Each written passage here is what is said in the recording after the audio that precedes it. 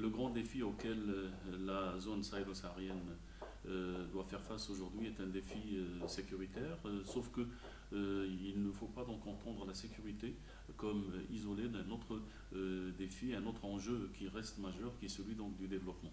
Il est clair que cette zone aujourd'hui continue à gérer et à vivre dans une forme de conflictualité qui est chronique.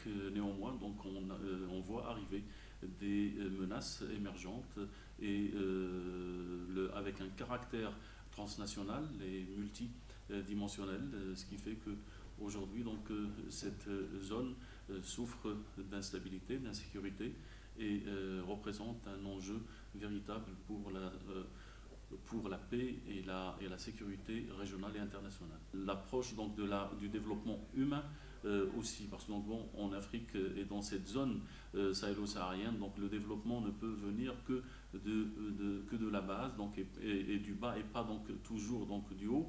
Donc d'où cette nécessité donc, d'aider les citoyens, de les impliquer aussi donc, dans le développement. Il est aussi clair que le modèle aujourd'hui marocain, qui est un modèle africain, peut servir dans les autres pays, surtout que le Maroc, par la relation de respect mutuel qu'il a avec les pays, par la relation de confiance aussi donc, dont il jouit au sein donc, de l'ensemble de ces pays, il a un rôle important. Le Maroc aujourd'hui est un acteur important, il fait partie de toutes les équations, que ce soit donc celle de la sécurité ou celle du développement, en partant donc de principes qui sont clairs pour lui. C'est le développement de la coopération sud-sud, la coopération gagnant-gagnant, une coopération basée sur le respect mutuel et surtout donc une coopération qui s'ouvre sur des intégrations régionales. Le Maroc, dans sa relation avec les pays du Sahel et du Sahara et avec l'ensemble donc, des pays africains, a une politique qui s'articule autour de la proximité et aussi la solidarité avec les pays de la région. Le Maroc, en tant qu'acteur de développement et en tant aussi qu'acteur de sécurité dans la région, joue un rôle important. Il prône une profonde coopération sud-sud.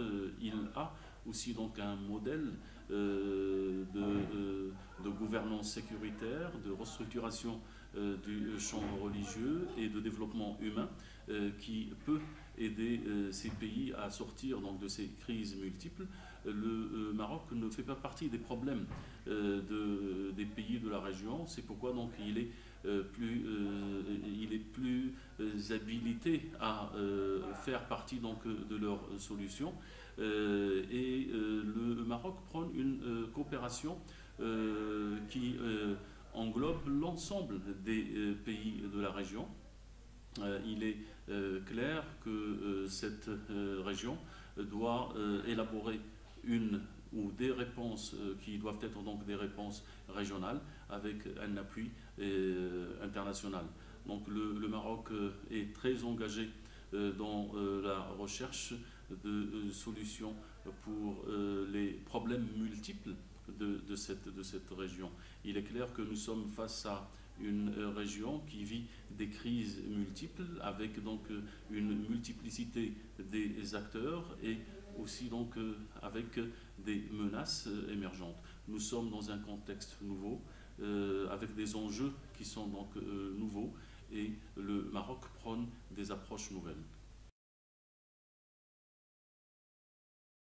Il est clair que la situation des relations entre le Maroc et l'Algérie, avec des frontières fermées et un déficit de coopération énorme, et une union du Maghreb qui est complètement paralysée aujourd'hui.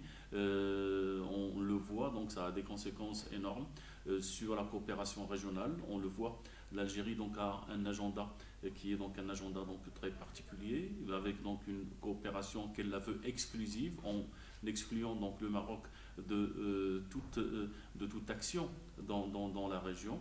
Le Maroc, au contraire, donc, est beaucoup plus ouvert sur l'ensemble des pays en tant qu'acteur. Il est clair que donc, bon, le Maroc, en tant que deuxième grand investisseur en Afrique, et aussi le Maroc qui a des relations historiques, culturelles et qui a aussi donc une expérience qu'il peut donc partager et qu'il partage avec ces pays dans la restructuration donc du champ religieux et notamment donc la formation des imams, etc. Donc c'est aujourd'hui donc une nécessité. Cette coopération donc maghrébine est une nécessité pour apporter des réponses à une région qui est donc le Sahel, qui est à la dérive, surtout que certains pays de l'Afrique du Nord, notamment donc la Tunisie et d'autres, donc sont dans une phase de fragilité et la situation libyenne reste quand même donc très inquiétante.